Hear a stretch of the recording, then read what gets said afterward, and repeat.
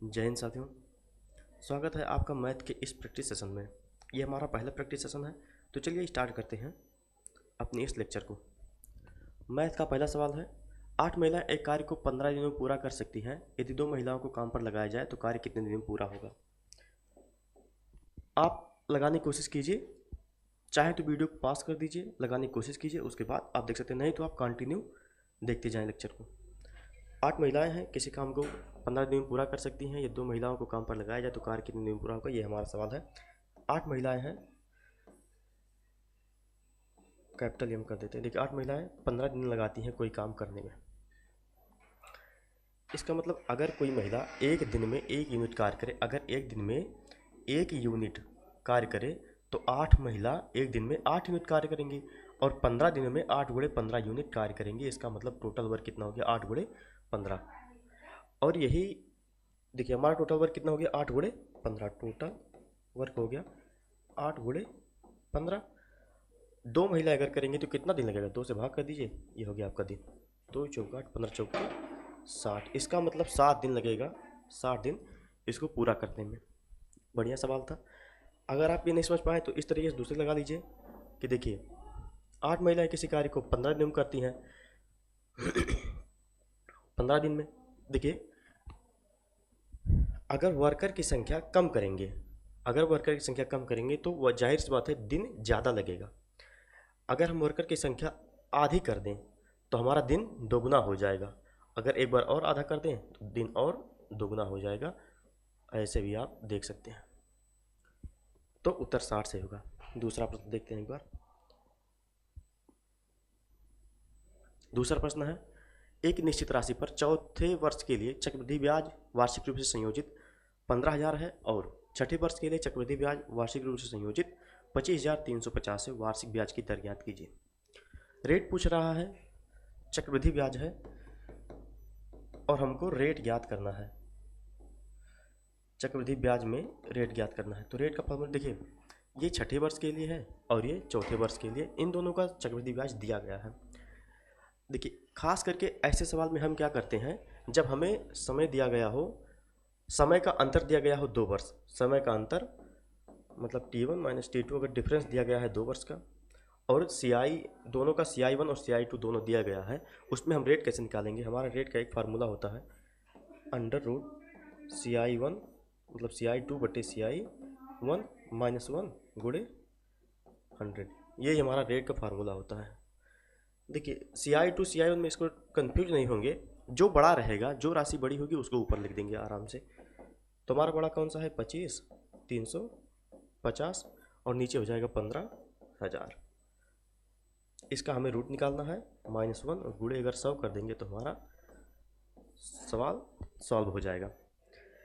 एक बार इसको आसान करते हैं। देखिए 15 है, 15 देखिए अगर भाग देंगे तो एक बार चेक कर लें 15 से कटेगा कि नहीं। कैसे चेक करेंगे, लास्ट की डिजिट 5 से विभाज्य है तो ये हमारा तो 5 से कट जाएगा। एक बार 3 से, देखिए 15 का डिविजिबिलिटी रूल क्या होता है कि अगर कोई संख्या 3 से व 5 से दोनों से अगर कट रही है तो वो संख्या 15 से जरूर कटेगी।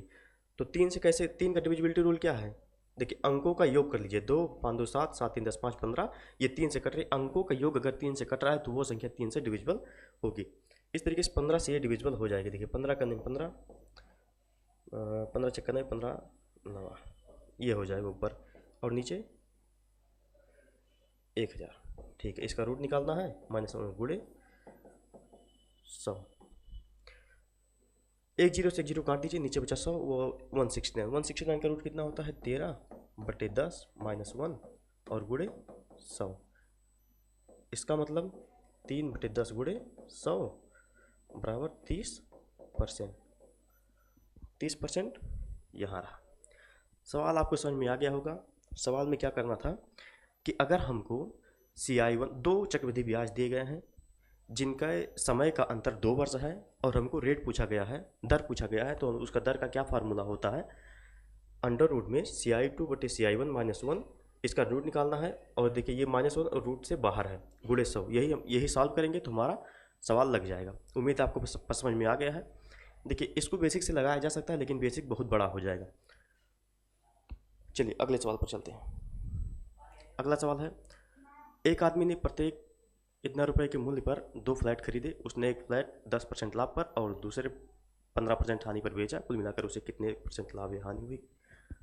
बढ़िया सवाल है लाभ और हानि का। देखिए इसका एक तरीका ये हो सकता है कि पहले इस राशि पर वो दोनों फ्लैट खरीदा है, पहले एक बार 10% का लाभ ज्ञात कीजिए जो मूल्य आए वो, और 15% की हानि ज्ञात कीजिए जो मूल्य आए वो। उस तरीके से लाभ और हानि आप निकाल सकते हैं जो कुछ भी होता है। एक तरीका ये है कि देखिए हमको परसेंट निकालना है, कितने प्रतिशत, और हमें प्रतिशत दोनों दिया गया है, तो हमें एक्चुअल मान की जरूरत नहीं पड़ेगी। इसका जरूरत हमें नहीं पड़ेगा, हम लगा सकते हैं सवाल को। कैसे? देखिए पहले फ्लैट पर 10% लाभ। 10% लाभ का मतलब क्या होता है? देखिए वो जिद अगर 10% लाभ है, इसका मतलब है 1/10। मतलब अगर CP 10 है तो एक प्रॉफिट पा रहा है, बेच रहा है कितने में? 11 में। मतलब अगर कोई चीज़ 10 रुपये की खरीदा है तो उसको 11 में बेच रहा है। 10 और 11 प्रॉफिट है तो जुड़ेगा, प्रॉफिट है तो जुड़ेगा। 10 और 11 में वो बेच रहा है, इसका मतलब कोई चीज़ 10 में खरीदा और 11 में बेच दिया। देखिए 10% लाभ पर बेचा है तो उसका CP कितना हो गया? 10 और SP कितना हो गया? 11। दूसरा क्या है? 15% हानि। 15% की वैल्यू कैसे निकालेंगे? देखिए वैल्यू कैसे निकालते हैं, जिसके 15% निकालना है 15/100 कर दीजिए, इसको आसान कर लीजिए। 5 या 15, 20 पंचे 100, 3/20 आ जाएगा, 3/20। ये हानि है तो यहाँ डिफरेंस माइनस होगा। देखिए इसका मतलब अगर 20 उसका CP था, CP और 3 उसका हानि हुआ, तो बेचा कितने में? 17 रुपये में। 17 रुपये में।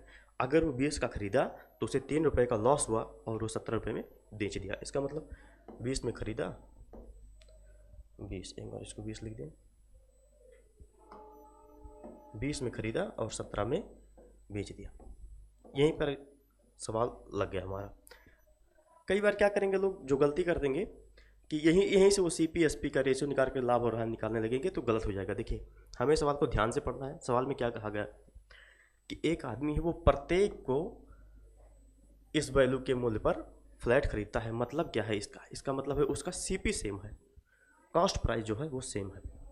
अगर कॉस्ट प्राइस सेम है तो हमें इसका कॉस्ट प्राइस सेम करने की कोशिश करते हैं। अगर हम 2 से गुणा कर दें तो दोनों का कॉस्ट प्राइस सेम हो जाएगा, मतलब पहले का 20 और दूसरे का 20। अगर हम इसमें गुणा किए हैं तो इसमें भी कर दें, हमारा कॉस्ट प्राइस सेम हो गया। तो देखिए अब अगर आप दोनों के हिसाब से हमको लाभ या हानि निकालना है तो दोनों को जोड़ लेते हैं। 10 दूना 20, 20 और 20 कितना हो गया? 40। इसका कितना हो जाएगा? 22, 22 और 17 39। 40 रुपये में खरीदा, 39 रुपये में बेचा, 1 रुपये का उसको क्या हुआ? घाटा। लॉस जब निकाला जाता है, मतलब हानि जब निकाला जाता है, तो वो CP पर निकाला जाता है। तो 1/40 गुणे 100, ये जितना परसेंट आएगा वो कितना हो जाएगा? 2.5% हमारा हानि। यही सवाल पूछ रहा था। देखिए कुछ चीज़ आपको और बता दें, 1/10 कितना होता है? 10%। 1/20 कितना हो गया? 5%। इसका मतलब जब 1/10 था तो 10% हमने इसका आधा किया तो इसका दुगुना किया, हर दुगुना किया तो ये आधा हो गया। इस तरीके से 1/40 करेंगे तो 5 का हमको आधा करना पड़ेगा, इसलिए हमने डायरेक्ट यहाँ लिख दिया। परसेंट में अगर आपको दिक्कत हो, जैसे मान ली आपको निकालना है, एक्स्ट्रा बता दें कि 25% का मान ज्ञात करना है। कैसे ज्ञात करेंगे? कुछ नहीं करना है, 25/100 कर दीजिए, तो 25 चौका 100, इसका मतलब 1/4, ये इसकी वैल्यू हो गई। इस तरीके से वैल्यू हमने निकाला 10% का मान 1/10। देखिए प्रॉफिट या लॉस हमेशा CP पर निकाला जाता है, तो नीचे क्या रहेगा? CP, ऊपर लाभ या हानि। अगर वो लाभ हो रहा हो तो ऊपर प्रॉफिट हो जाएगा, अगर हानि हो रहा है तो ऊपर लॉस हो जाएगा। इस तरीके से सवाल आपको समझ में आ गया होगा। आगे चलते हैं। हमारा अगला सवाल है, एक व्यक्ति साधारण ब्याज पर 8% वार्षिक दर पर एक निश्चित राशि ऋण पर देता है और 9 वर्ष में प्राप्त ब्याज ऋण पर दी गई राशि से 560 रुपये कम है। ऋण पर दी गई राशि क्या है? सवाल को एक बार अच्छे से पढ़िए, सवाल बढ़िया सवाल है। कह रहा है कि 8% वार्षिक दर, मतलब रेट कितना है? 8%। रेट कितना है? 8%। 9 वर्षों में, मतलब टाइम कितना लगा? 9 वर्ष। 9 वर्ष। दी गई राशि मतलब P जो था 9 वर्षों में जो प्राप्त ब्याज है, किसका ब्याज? साधारण ब्याज का। मतलब 9 वर्ष में प्राप्त है तो साधारण ब्याज का फार्मूला क्या होता है, PRT/100। PRT/100 कितना है, 560 के बराबर है।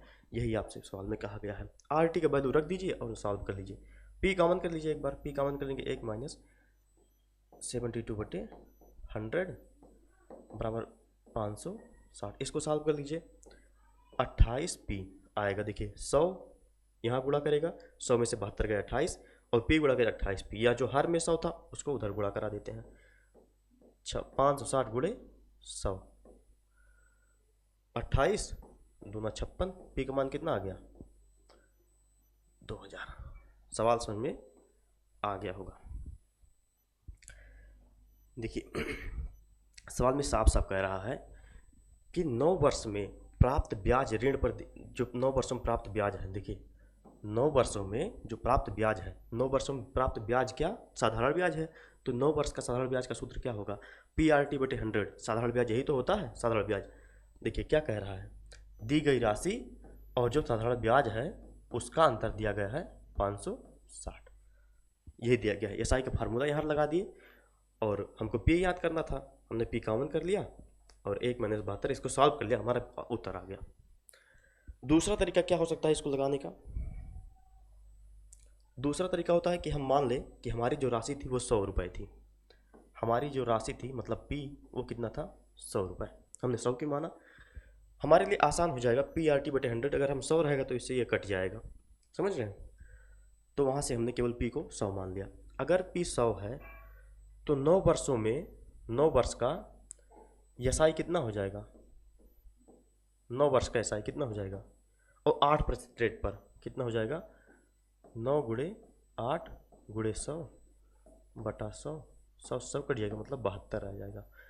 मतलब 100 - 72 बराबर कितना, ये यूनिट आप मान सकते हैं, या कुछ आपने माना है, या फिर 100 x कर लीजिए तो यहाँ x आ जाएगा कॉमन, यहाँ भी x आ जाएगा, यहाँ भी x, ये पूरा कॉमन हो जाएगा, यहाँ से x कॉमन हो जाएगा बाहर। 28x, हमको 100x मान ज्ञात करना है, कैसे आएगा, 560 गुणे 100 बटे 28। देखिए सेम चीज़ आ गया, यहाँ भी 28 नीचे जाएगा, तो सेम चीज़ है। आप किस तरीके से इस सवाल को लगा सकते हैं, बढ़िया सवाल था। आगे चलते हैं। हमारा अगला सवाल है मिश्रण का। मिश्रण और एलिगेशन का कॉन्सेप्ट लगेगा यहाँ पर। कह रहा है पात्र 1 और पात्र 2 में दूध और पानी का अनुपात क्रमशः 8:5 और 4:5 और 8:3 है। पात्र 1 और पात्र 2 के मिश्रण को किस अनुपात में मिलाया जाए जिससे प्राप्त होने वाले नए मिश्रण में दूध और पानी का अनुपात 9:11 हो। देखिए एलिगेशन मेथड से लगेगा सवाल कैसा। देखिए अगर किसी पात्र में दूध और पानी का रेशियो 4:5 है, उस पात्र में दूध का मान कितना है। चलिए पात्र यहाँ पर बता देते हैं। मान लीजिए कोई पात्र है, छोटा सा ये पात्र है। इस पात्र में दूध और रेशियो, दूध 4 है और पानी 5 है। इसका मतलब पूरे पात्र में 9 लीटर पानी है, 9 यूनिट पानी है, 9 यूनिट पानी है। दूध 4 है, इसका मतलब पानी में, मतलब पात्र में दूध की वैल्यू क्या है, दूध का मान कितना है, 4/9। कितना है, 4/9। चलिए इसको हटा देते हैं, आप समझ गए होंगे। इसी तरीके से पहले पात्र में दूध का मान कितना हो गया, 4/9। दूसरे पात्र में कितना हो जाएगा, 8/11। कैसे, 8 और 3 11, टोटल 11 है। और जितना हमको बनाना है, कितना बनाना है, कहाँ लिखा है, 9:11, मतलब 9/20। इसी को सॉल्व कर लीजिए, आपका सवाल आ जाएगा। देखिए अब यहाँ पर कंफ्यूज होंगे कि कौन बड़ा है। देखिए यहाँ क्या होता है, एक बार इसमें से इसको और इसमें से इसको हटाया जाता है, मतलब बड़े में से छोटे को हमेशा घटाया जाता है। देखिए इनका रेशियो जो आएगा वो यहाँ लिखेंगे, और इनका जो आएगा डिफरेंस, इनका डिफरेंस यहाँ लिखेंगे, इनका डिफरेंस यहाँ लिखेंगे। अब जो बड़ा होगा उसी में से छोटे को घटाया जाएगा।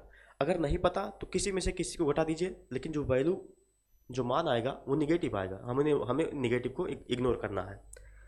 तो घटाएंगे, कैसे घटाएंगे, 4/9 - 9/20। एक बार इसको घटा लीजिए, और एक 8/11 - 9/20।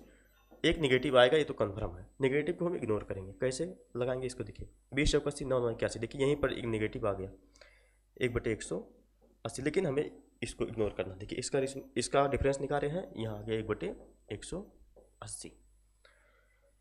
इसको एक बार घटा लीजिए, 160 में से 99 घटाना है, 160 में से 99 कितना बचेगा 61, 61/220। देखिए अगर आपको ये डिफरेंस समझ में नहीं आ रहा तो आपको बेसिक पर काम करने की ज़रूरत है कि देखिए कैसे घटता है। x/y माइनस a/b, हम इसको घटाएंगे, कैसे घटेगा। एक तो ये होता है कि y और b का लासा निकाल लीजिए, लासा, और जो लासा आ रहा है, जो एलसीएम आ रहा है, उसमें पहले y को भाग दीजिए, जो भागफल आ रहा है उसको x में गुणा कीजिए और लिख दीजिए। फिर एलसीएम में b को भाग कीजिए, जो भागफल आ रहा है उसको a में गुणा कर दिए और लिख दीजिए, दोनों का अंतर निकाल लीजिए और नीचे जितना आपने एलसीएम निकाला है वो लिख दीजिए। एक मेथड ये होता है। दूसरा मेथड क्या होता है, तिरछा गुणा कर लीजिए, x का b में, x b माइनस वाई ए बटे दोनों गुणा कर दीजिए वाई बी। इस तरीके से आप डिफरेंस निकाल सकते हैं। यहाँ डिफरेंस है, हमने इसको रेशियो मतलब तिरछा गुणा कराया है। देखिए आप इस तरीके से इसको निकाल सकते हैं। तो यहाँ कितना आया 61/220। ये रेशियो पूछा है, एक बार रेशियो निकाल देते हैं। रेशियो मतलब 61/220। देखिए दूध ऊपर है ना, देखिए दूध ऊपर, कई बार क्या होगा कि ये पलट के लिख दीजिए, यहाँ दूध पानी है, यहाँ भी दूध पानी है, यहाँ दूध पानी है। अगर पानी दूध का पूछेगा तो हमको पानी का जो मान है, पात्र 1 है, ये पात्र 2 है, तो हमको पानी को ऊपर लेना पड़ेगा यहाँ से निकालने के लिए। दूध देखिए सही पूछा है तो इस तरीके से हमने कोई हेरा फेरी नहीं की बेटे। 1/180 रेशियो का मतलब होता है जैसे x अनुपात y बराबर क्या होता है x/y, तो हमने वही किया है। क्या करेंगे अब इसको आसान करने के लिए, अंदर अंदर का गुणा और बाहर बाहर का गुणा, बाहर बाहर गुणा करा देंगे। क्या आएगा 61/180 गुणे 220/1। सही कर रहे हैं, कुछ गलत कर रहे हैं, क्या गलत हो रहा है।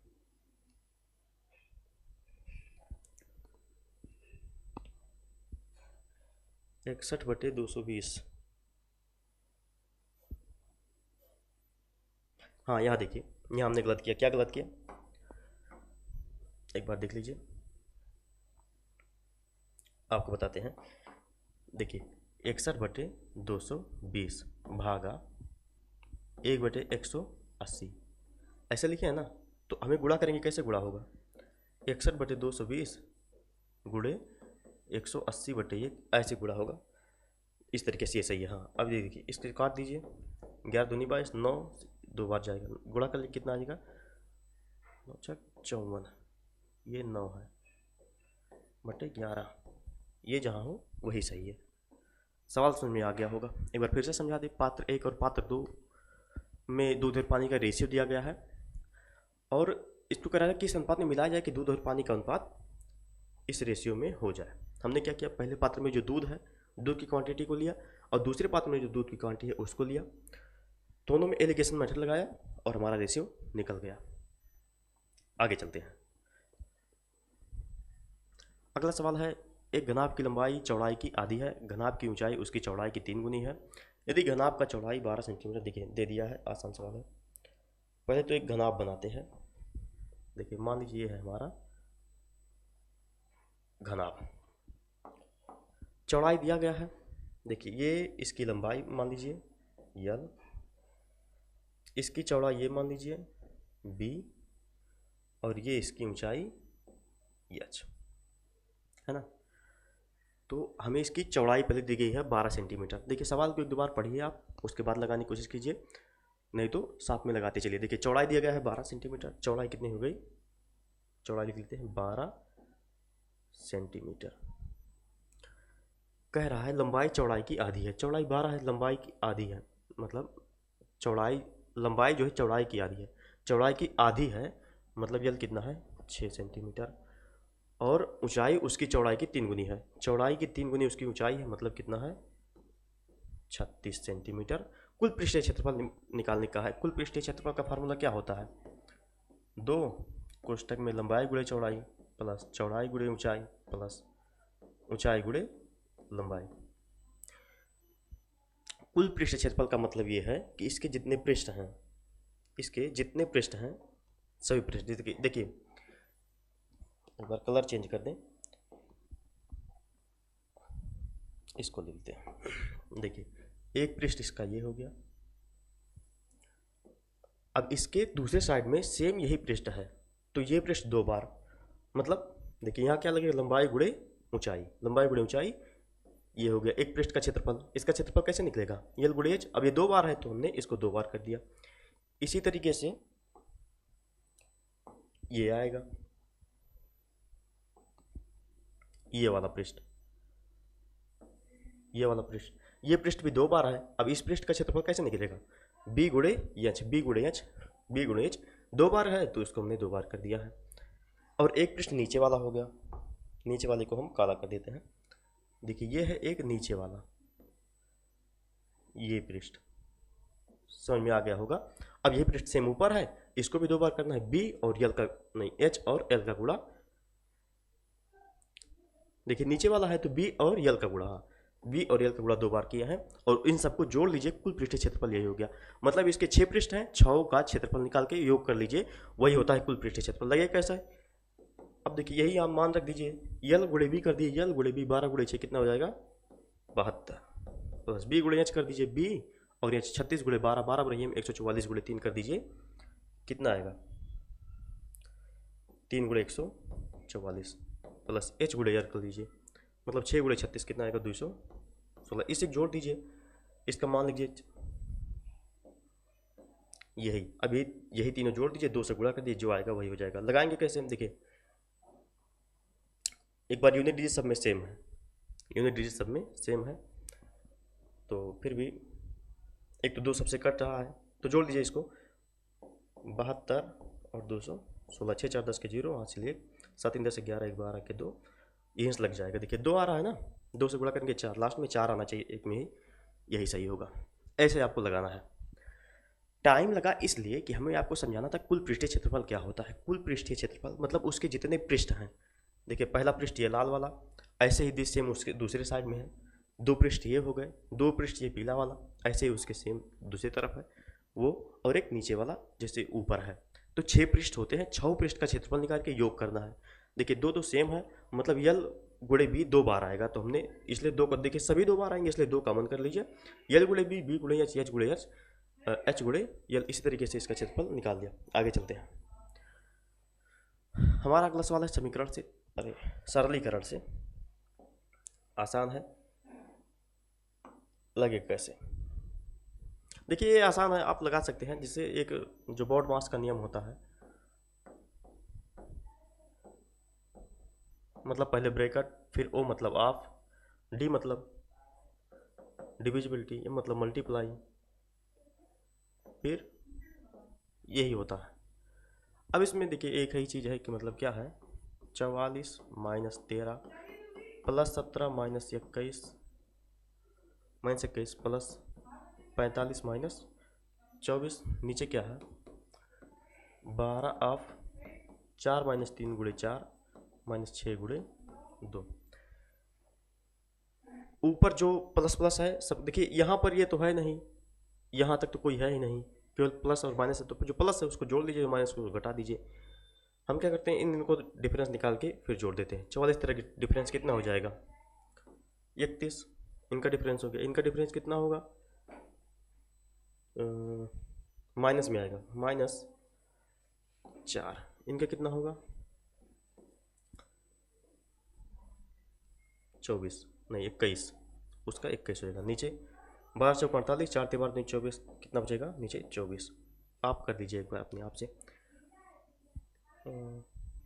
यहाँ कितना आ जाएगा 48 बटे 24, 24 दूना 48, 2 उत्तर लगा लीजिएगा, आसान सवाल है। आगे चलते हैं, कह रहा है वह छोटी संख्या, वह सबसे छोटी संख्या, छोटी, देखिए क्या होता है कि जब दिया रहे आपको छोटी से छोटी, छोटी से छोटी, या दिया रहे बड़ी से बड़ी, छोटी से छोटी, बड़ी से बड़ी का मतलब ये है कि सबसे छोटी और सबसे बड़ी। कई बार मैक्सिमम बार आपको यही देखने को मिलेंगे, अगर लिखा है छोटी से छोटी तो आपको एलसीएम निकालना है, और बड़ी से बड़ी तो आपको एचसीएफ यही निकालना रहता है। ये क्या कह रहा है, छोटी संख्या मतलब छोटी से छोटी पूछ रहा है। 99% ये वर्क करेगा। अगर आपको मिले छोटी से छोटी तो मतलब उसमें कहीं ना कहीं आपको एलसीएम निकालना है। अगर कह रहा है बड़ी से बड़ी मतलब उसमें कहीं ना कहीं आपको एचसीएफ निकालना है। इसको एक बार आप नोट कर सकते हैं। चलिए इसको मिटा देते हैं, नहीं रहने दीजिए। कह रहा है छोटी संख्या कौन सी है जो 8, 10, 12 और 18 से भाग देने पर प्रत्येक स्थिति में शेषफल 5 प्राप्त हो। देखिए आसान सवाल है। कैसे लगेगा, 8, 10, 12 और क्या है 18, इनका क्या निकालना है, एलसीएम। एलसीएम कैसे निकलेगा, दो विधि भागफल और गुणनफल किस तरीके से आप निकाल सकते हैं। एक विधि मैं निकाल रहा हूँ, 2 गुणे 5, 2 गुणे 3 गुणे 2, 2 3 6 त्रिक 18, एलसीएम निकालना है हमको। तो देखिए 2 सब में है, एक बार 2 ले लीजिए, यहाँ 2 है, यहाँ 2 है, फिर 2, यहाँ 2, तो ये हो गया। फिर यहाँ 3 है, 3 एलसीएम निकालने आपको सबको आता ही होगा, तो इसमें कोई दिक्कत की बात नहीं है। देखिए गुणा कर लीजिए, 5 9 10 9 20 9 40, कितना आ जाएगा 360 कह रहा है। देखिए इसका मतलब क्या है एलसीएम निकालने के बाद, मतलब इससे इससे इससे और इससे इन सबसे अगर भाग दिया जाएगा तो शेषफल 0 बचेगा। हमको शेषफल 5 लाना है, तो इसमें अगर हम 5 ऐड कर दें तो हमारा जो आएगा वो उत्तर हो जाएगा। एक तो ये था बहुत लंबा चौड़ा। दूसरा ये है कि आप देख सकते हैं इसका यूनिट डिजिट सेम नहीं है।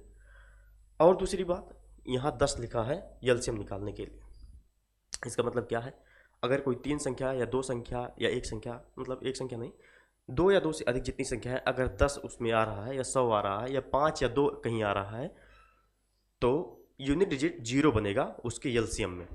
कैसे, 5 और 2 का गुणा होगा, लास्ट में 0 बचेगा, तो 0 बनेगा ही बनेगा। शेषफल 5 लाना है, यूनिट डिजिट 5 देखिए और उत्तर लगा दीजिए। बिना लगाए आप सवाल को लगा सकते हैं, मतलब बिना सॉल्व किए ऐसे कैसे लगा सकते हैं। देखिए हमने क्या देखा, हमने देखा कि लास्ट में 10 है, इसका मतलब यूनिट डिजिट जो आएगा वो 0 कहीं ना कहीं आएगा, 0 कहीं ना कहीं आएगा। हमको शेषफल 5 लाना है, 0 में 5 जोड़ दे कितना आ गया, है ना। आगे चलते हैं।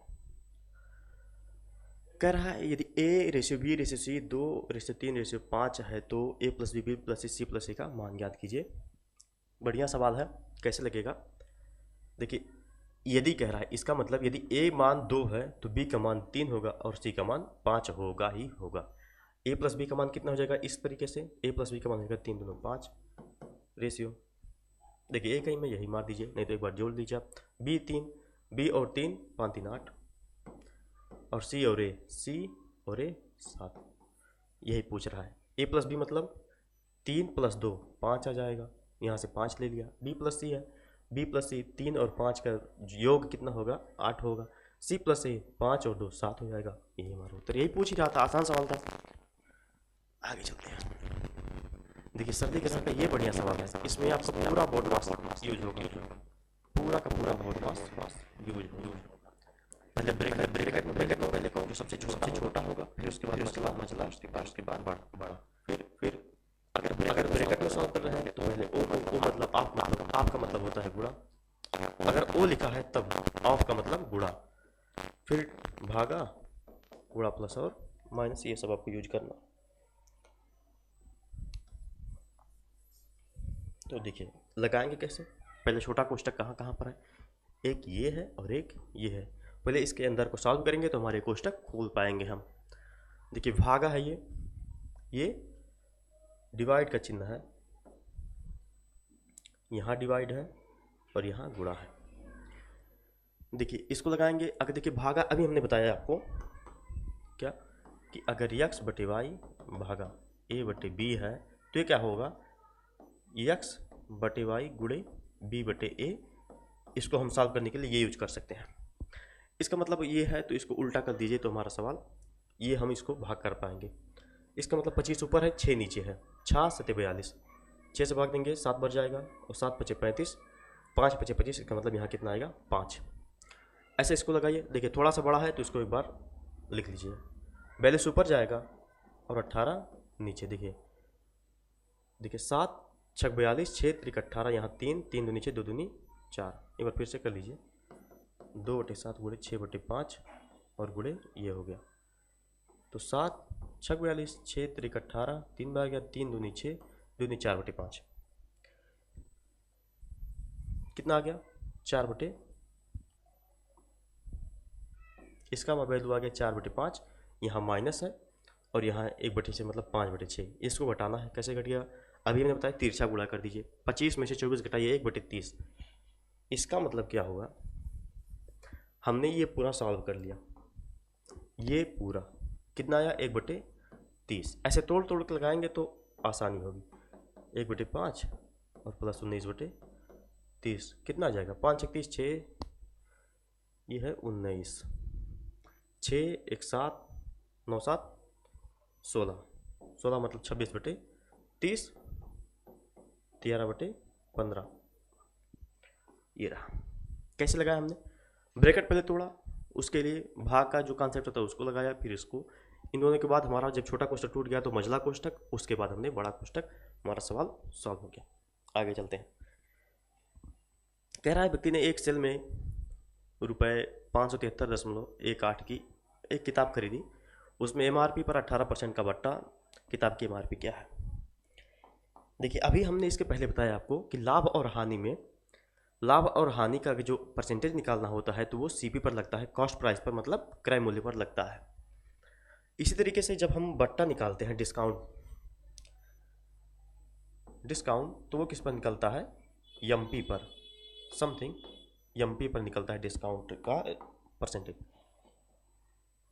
कह रहा है 18% का बट्टा मिला। 18% का बट्टा मतलब क्या? 18/100, 9/50 इसको लिख सकते हैं। देखिए दशमलव में है तो हम इसको काटेंगे नहीं, 18/100 ही। इसका मतलब अगर 100 उसका अगर 100 उसका मार्क प्राइस है, MRP है, तो वो 18 का डिस्काउंट दिया और बेचा कितने में? ये बेचा 82 में। देखिए 82 में बेचा, और यही 82 यूनिट का मान कितना दिया है? देखिए अगर माना 100 है MP मार्क प्राइस, डिस्काउंट 18 का, बेचा कितने में? 82 में। 82 का मान कितना दिया है? 573.18, यही। और हमको निकालना क्या है? MRP मतलब मार्क प्राइस 100 निकालना है। 100 की वैल्यू कैसे निकलेगा? 573 गुणे 100/82, यही। ये कितना? 18, यहाँ 18 भी है। इसको सॉल्व कीजिए, आपका सवाल लग गया। देखिए 82 भागा कितना? 573 1 8, यहाँ पॉइंट था तो अगर हमने 100 से गुणा किया तो ये दशमलव हट गया। 82 से भाग कीजिए। देखिए 7 बार 7 8 56, और दूसरा 7 बार नहीं जाएगा, 6 बार जाएगा। ये तो कन्फर्म है, ये दोनों होगा नहीं। अब या तो ये होगा या ये होगा। 6 बार गया, ठीक है। 6 दूनी 12 2 हासिल 1, और 8 6 48 और 1 49, घटाइए 1 9 8 17 81 है। देखिए यहाँ 82 81 है, इसका मतलब 4 बार नहीं 9 बार ही जाएगा। यही उत्तर आपका सही होगा। आगे चलते, बाकी आप भाग देंगे तो आपको पता चल जाएगा, इतना ही आएगा। कह रहा है देखिए 12 लड़के नहीं है, ये 12वां सवाल है हमारा। इसको ये नहीं कि 12 लड़के। देखिए लड़कों के एक समूह का औसत भार 42 kg है।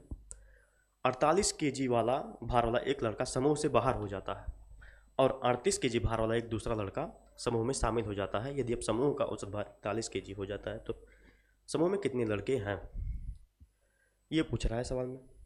तो चलिए कैसे लगेगा।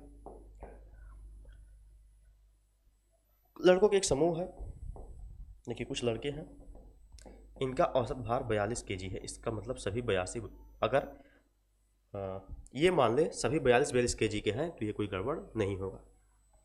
अब कोई कम होगा कोई ज़्यादा, लेकिन औसत 42 है। कह रहा है 48 kg भार के लड़का समूह से बाहर हो जाता है। 48 kg समूह के भार के लड़का बाहर हो जाता है और 38 kg भार के लड़का आ जाता है। देखिए इसका मतलब भार में कुछ हेरा फेरी हुई, कितने की? 10 kg की हेरा फेरी हुआ। 10 kg का हेरा फेरी हुआ तो कितना घट गया औसत? 1 kg। और रेशियो हर एक लड़के पर लगे, नहीं ये औसत है, एवरेज हर एक लड़के पर लगेगा। तो देखिए 10 kg का हेरा फेरी हुआ तो 1 kg कम हुआ, इसका मतलब हर एक लड़के पर 1 kg, तो कुल लड़कों की संख्या 10। अगर समझ में नहीं आया कोई बात नहीं। दूसरा तरीका क्या होगा? मान लीजिए समूह में x लड़के थे, समूह में x लड़के, तो औसत का सूत्र क्या होता है? औसत बराबर लड़कों की कुल संख्या है x, और जितने लड़के थे, नंबर ऑफ क्वांटिटी, नहीं औसत का नहीं, देखिए औसत बराबर होता है पदों की कुल संख्या बटे पदों का योग। ठीक, हमें संख्या नहीं पता है तो हम संख्या अगर x मान लें और योग कितना है?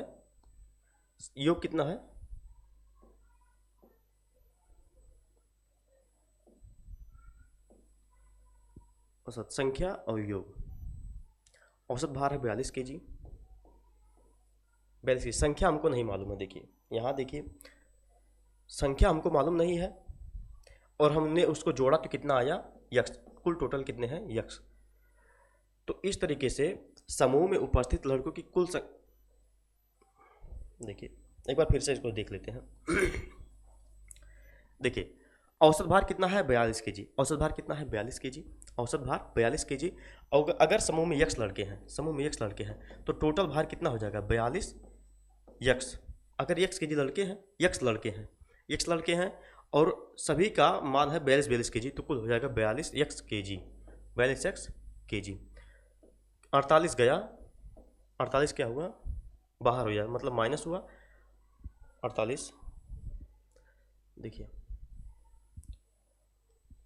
42x kg, 48 बाहर हुआ और 38 आया। इसका मतलब घटना चाहिए कितना? ये कितना हो गया? 41x के, क्योंकि लड़कों की संख्या अभी भी सेम है, x ही है, तो उनका कुल भार कितना हो जाएगा? 41x हो जाएगा। तो 42x माइनस 10 बराबर कितना है? 41x। 42x में से उसको घटाएंगे, x बराबर कितना जाएगा? 10। लड़कों की कुल संख्या 10। हमने इसके पहले जो औसत का फार्मूला बताने की कोशिश की वो व्यर्थ था। आप समझ सकते हैं कि देखिए मान लीजिए 10 लोग हैं और सबका वेट जो है 6 kg है, तो कुल वेट कितना हो जाएगा? 10 × 6 मतलब 60 kg। उसी तरीके से अगर कुल लड़के कितने हैं? x लड़के हैं और औसत 42 kg, मतलब सभी का 42 kg है, तो सबका भार कितना हो जाएगा? 42x kg। 48 kg गया, 38 kg आ गया, बचा कितना? 41 kg। 41 kg मतलब अभी भी लड़कों की संख्या x ही है, क्योंकि एक गया तो एक आ गया, अभी भी x मान में कोई परिवर्तन नहीं हुआ, तो x ही है। और जो 41 है वो औसत दिया है, तो इस तरीके से देखिए औसत है 41, लड़कों की संख्या x है, तो कुल भार कितना? 41x। लगा लीजिए, आ गया। दोनों में से किसी को लगा सकते हैं। अगर समझ में नहीं आया है तो कमेंट कर दीजिएगा, हम आपको अगली बार फिर से बता देंगे। 13वां सवाल है, एक आयताकार मेज के शीर्ष का परिमाप 56 मीटर है। आयताकार मेज, तो एक पहले आयत बनाते हैं। यह है हमारा आयत।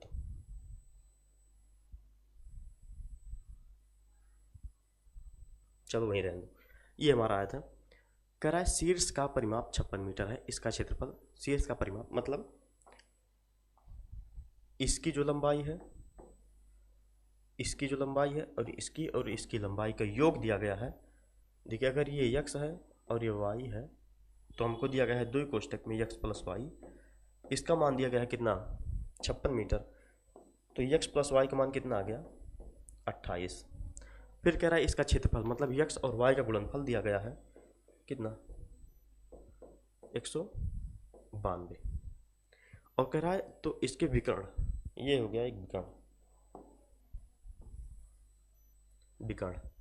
विकर्ण की लंबाई हमको ज्ञात करनी है। विकर्ण की लंबाई मान लीजिए क्या?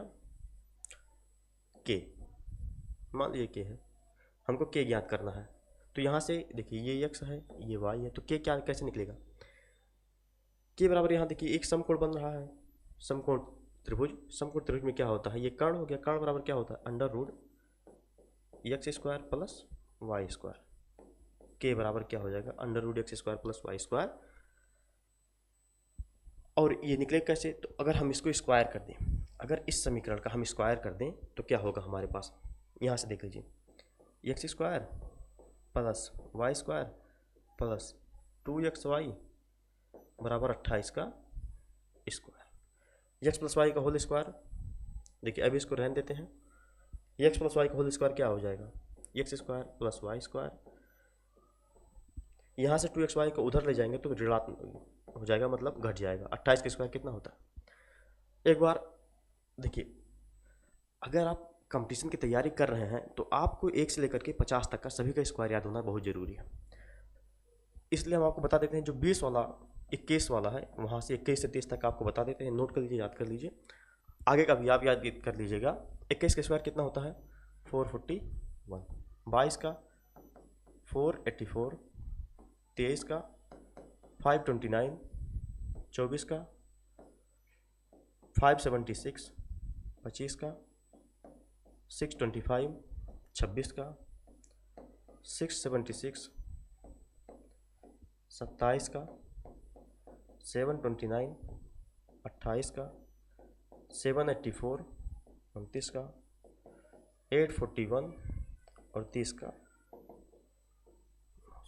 इस टेबल को आप याद कर लीजिए, अब बहुत काम देगा। ये तो याद करना ही करना पड़ेगा। यहाँ देखिए 28 का स्क्वायर निकालना है, अगर आपको पता है तो 784 डायरेक्ट लिख दीजिए। 784 माइनस 2 गुणे एक्स वाई के मान 28, 28 गुना कितना होता है? 56। घटा दीजिए, कितना आएगा? 8 और 6 14, 5 2 7।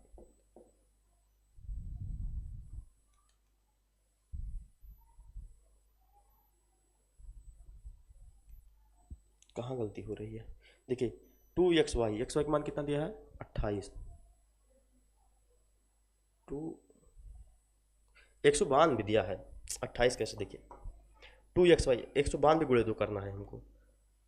192 गुणे 2 कितना हो जाएगा? 192 गुणे 2 ये हो जाएगा 384। देखिए 2 दूनी 4, 9 दूनी 18, 2 1 3, ये हो जाएगा 400। घटाएंगे तो देखिए 400 बचा ना। हमने इसका रूट निकालना है, इसका रूट निकालेंगे कितना आ जाएगा? रूट में यहाँ से x square plus y square बराबर कितना आ जाएगा? 20। इसका रूट निकाल लीजिए, 20 आ जाएगा। तो ये के का मान कितना आ गया? 20। देखिए सवाल दिखने में तो बहुत कैलकुलेटिव दिख रहा है, लेकिन अगर आप प्रैक्टिस करेंगे तो ये 1 मिनट में हो जाएगा, मतलब 1 मिनट से भी कम समय लगेगा। आपने देखा हमको कर्ण याद करना है, सीधे इसका स्क्वायर करें, हम ये सब लिखना नहीं पड़ेगा। समझाने के लिए आपको, हमें आपको समझाने के लिए, अगर हम आपको समझा रहे हैं तो उसमें समय ज़्यादा लग रहा है, बाकी सवाल आसान है। आपको स्क्वायर याद है, वैसे तो आप 50 तक जरूर याद कर लीजिए, स्क्वायर बहुत काम आएगा। देखिए सवाल समझ में आ गया होगा। कह रहा है आयताकार मेज है कोई, मतलब आयताकार मेज, शीर्ष का परिमाप दिया गया है, मतलब जो ऊपर रहता है आयत वाला, तो इसका परिमाप मतलब इसका इसका इसका और इसका योग दिया गया है। एक्स एक्स 2x और ये वाई 2y, दो कॉमन कर लिया, एक्स प्लस वाई का मान दिया गया कितना? 56। वैसे भी आयत का परिमाप का फार्मूला होता है 2 कोष्ठक में लंबाई दिन चौड़ाई, वहाँ से भी देख सकते हैं। दिया गया है 56, यहाँ से एक्स प्लस वाई निकाला तो 28 हो गया। कह रहा है क्षेत्रफल कितना है? 192 मीटर स्क्वायर। क्षेत्रफल क्या होता है? एक्स और गुणे वाई। 192 मीटर स्क्वायर दिया गया है। फिर कह रहा है वो विकर्ण ज्ञात करने के लिए। विकर्ण कैसे निकलेगा? यहाँ देख सकते हैं आप, ये बन रहा है एक समकोण त्रिभुज। समकोण त्रिभुज में यह है चौड़ाई, यह है लंबाई, या कोई भी एक लंबाई चौड़ाई है, ये है कर्ण। देखिए ये कर्ण, ये लंबाई, ये आधार, ये लंबाई। तो कर्ण समकोण त्रिभुज में क्या होता है? कर्ण का स्क्वायर बराबर कर्ण का स्क्वायर बराबर लंब का स्क्वायर प्लस आधार का स्क्वायर, यही होता है। तो कर्ण बराबर क्या हो गया? अंडर रूट में लंब का स्क्वायर प्लस आधार का स्क्वायर, यही करने के लिए हमारा सवाल लग गया। आगे चलता है,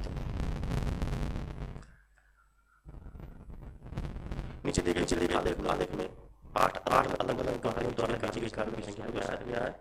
इन सभी 8 कंपनियों द्वारा बेची गई कुल संख्या 2000 है। इसमें से किसी विशेष कंपनी द्वारा बेची गई कारों की संख्या को इन सभी 8 कंपनियों द्वारा बेची गई कारों की संख्या के रूप में दर्शाया गया है। कह रहा है ये 0 इतना क्यों लग गया है? यह है C1 और C2 द्वारा बेची गई कारों की औसत संख्या C2 और C7 द्वारा बेची गई कारों की औसत संख्या कितने प्रतिशत कम है? तो C1 कौन है, C2 कौन है, देख लीजिए यहाँ से। देखिए C1 कौन है? 8 और C2 22। देखिए 8 और 22 का औसत कितना होगा? 30/2 यानी कि 15। कैसे आया?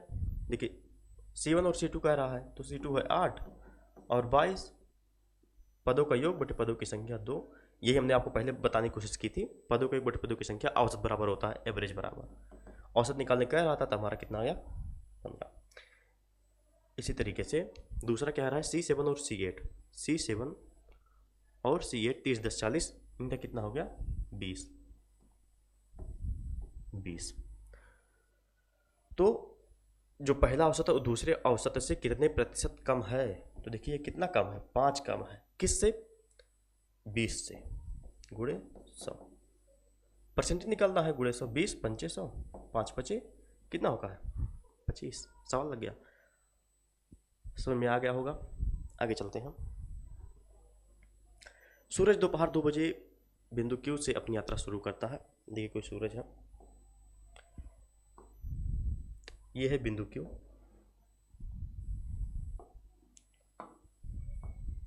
ये क्या है? बिंदु क्यू। नहीं दिख रहा, ब्लैक कर लेते हैं इसको।